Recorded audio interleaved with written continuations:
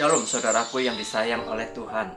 Renungan pagi untuk membuka hati, mengawali hari, melangkahkan kaki berjalan bersama dengan Tuhan. Dikit-dikit marah adalah sebuah ungkapan ekspresi dari seorang anak yang sering dimarahin oleh orang tuanya. Kemudian sang anak melanjutkan kata-katanya. Kan bisa bicara dengan baik-baik. Misalnya, jangan begitu nak, begini loh yang benar. Kan bisa bicara dan disampaikan dengan baik, bukan dengan marah-marah. Ya, itulah gambaran polos dari seorang anak yang menginginkan perkataan yang lembut, mengarahkan dan penuh kasih.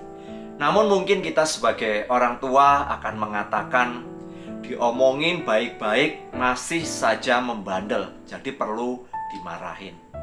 Seperti yang pernah saya sampaikan, memang seringkali kita lebih mudah untuk menjadi marah dan emosi daripada berespon dengan sedikit lembut.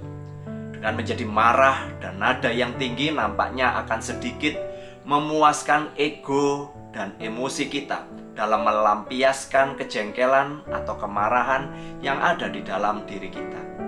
Nada tinggi atau istilahnya ngegas sering menjadi senjata andalan di dalam melampiaskan kekesalan kita kepada orang lain, terlebih kepada mereka yang ada di dalam lingkup rumah kita. Lebih mudah untuk berkata-kata dengan nada tinggi daripada berkata-kata dengan lembut dan penuh dengan kesabaran.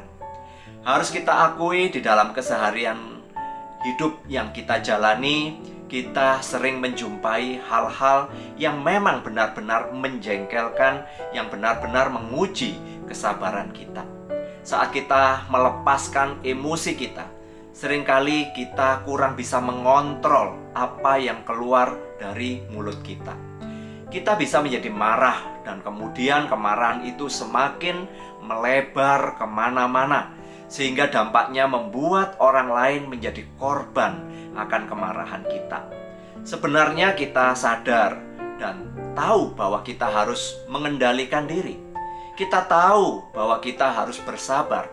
Namun kita ternyata lebih memilih untuk meluapkan emosi kejengkelan kita dengan menjadi marah. Firman Tuhan hari ini berkata, "Tetapi sekarang buanglah semuanya ini, yaitu marah, geram, kejahatan, fitnah, dan kata-kata kotor yang keluar dari mulutmu." Kolose 3 ayat yang ke-8. Firman Tuhan mengingatkan kita bahwa status kita sebagai ciptaan baru di dalam Kristus sangat memungkinkan bagi kita untuk mengerjakan kesabaran. Sebagai manusia baru kita diberikan Roh Kudus yang menolong dan membimbing kita untuk menyatakan kasih, kesabaran, dan penguasaan diri terhadap hal-hal yang memang bisa menjadi alasan bagi kita untuk emosi atau marah. Namun kita harus tahu, kehidupan baru di dalam Kristus dapat menuntun kita untuk mengerjakan ketaatan. Kita harus belajar untuk tetap tenang ketika melihat hal-hal yang memang menjengkelkan. Kita dapat mengungkapkan dengan baik, dengan lebih bersabar, dengan argumen atau pendapat atau koreksi yang sedang kita sampaikan. Kemarahan akan memicu kemarahan yang lainnya.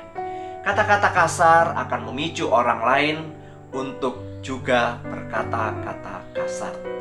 Sedikit-sedikit marah, sedikit-sedikit marah, pada akhirnya akan menjadi pola dan kebiasaan kita di dalam menanggapi sesuatu.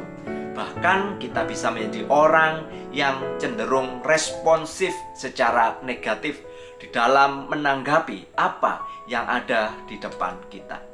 Sekali lagi, boleh kita marah, namun jangan sampai berbuat dosa. Ini memang benar-benar sulit untuk diterapkan. Kemarahan kita akan cenderung menghasilkan dosa, sebab kita dikontrol oleh emosi dan natur kita sebagai manusia berdosa. Hanya melalui kuasa Roh Kudus dan ketundukan diri kita kepada firman Tuhan, maka kita harus belajar dan menikmati proses untuk belajar menikmati kesabaran seperti yang Tuhan mau. Bukankah mengungkapkan sesuatu dengan baik akan lebih diterima oleh orang lain?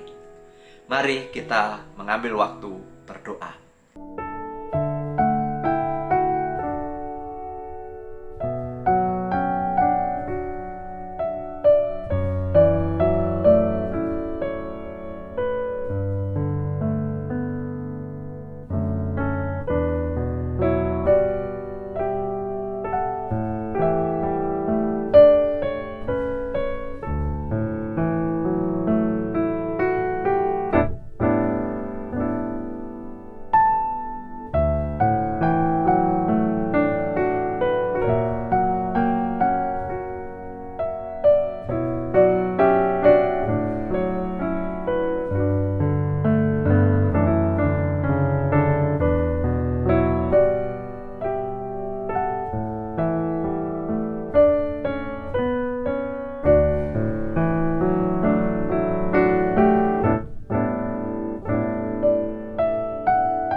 Tuhan, ajarlah kepada kami untuk juga boleh selalu merespon segala sesuatu dengan baik, penuh dengan kesabaran, bukan dengan kemarahan.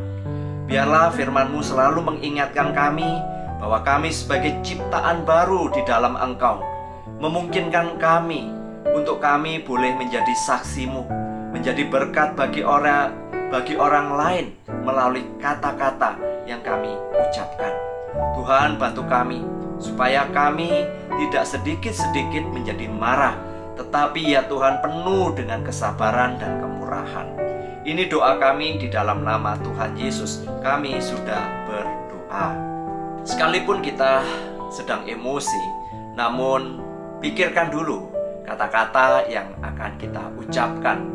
Kata-kata yang membangun dan memberi nilai positif bagi orang lain, bukan kata-kata atau hal-hal yang negatif. Berkat dari Allah Bapa, penyertaan dari Tuhan Yesus dan pimpinan Roh Kudus menyertai kita sekalian. Amin.